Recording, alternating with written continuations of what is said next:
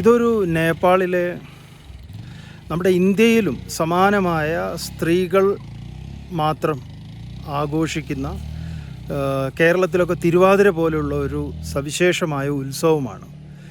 ഇവിടെ ഇതിന് പറയുന്നത് ഹരിതാലിക തീസ് എന്നാണ്.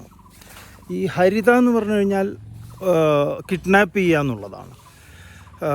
ആലിക എന്ന് പറഞ്ഞു കഴിഞ്ഞാൽ സഖികളാണ്, തോഴിമാരാണ്. തോഴിമാർ പാർവതിയെ കിഡ്നാപ്പ് ചെയ്യുകയാണ്. കാരണം പാർവതിയുടെ ആഗ്രഹം കൊണ്ട് പാർവതിയെ വിഷ്ണുവിന് വിവാഹം കഴിച്ചു കൊടുക്കാൻ അച്ഛന്മാർ തീരുമാനിച്ചു എന്നാണ് അവരെ രക്ഷിതാക്കൾ. നേപ്പാളിലെ കഥയാണ്, പ്രചരിക്കുന്ന കഥയാണ്. അപ്പോൾ പാർവതിക്ക് ശിവനെ ആണ് വേണ്ടത്. അങ്ങനെ ഈ തോഴിമാർ ചട്ടം കെട്ടി കിഡ്നാപ്പ് ചെയ്ത് കൊണ്ടുപോയി. അങ്ങനെ പാർവതി തപസ് ചെയ്ത് ശിവനെ വരിക്കുന്നതാണ് ഹിമാലയ സാനുക്കളുടെ തീരത്ത്.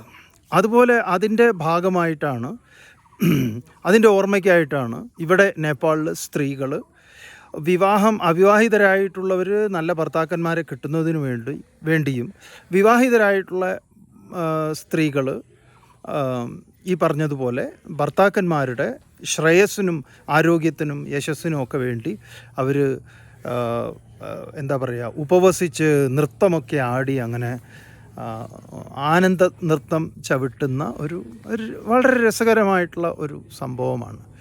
അപ്പോൾ നമ്മളത് കണ്ടപ്പോൾ ആ ചിത്രമൊക്കെ എടുത്തു. അവർ വളരെ സന്തോഷം. അവർ ഞങ്ങൾക്ക് അതിൻ്റെ ഭാഗമായിട്ട് പ്രസാദമായിട്ട് അവരുണ്ടാക്കിയിട്ടുള്ള ഒരു ഗ്രീൻ ടീ പോലെയുണ്ട്, അതവർ തന്നു. നല്ല രസമായിരുന്നു. അവരോടൊപ്പം ആ സന്തോഷം പങ്കുവെച്ച് ഞങ്ങൾ ഈ കൈലാസയാത്രയുടെ ഭാഗമായിട്ട് ഒരു ട്രക്കിംഗ് നടത്തുന്നു. അപ്പോഴാണ് ഇവരെ കാണാനിടയായത്.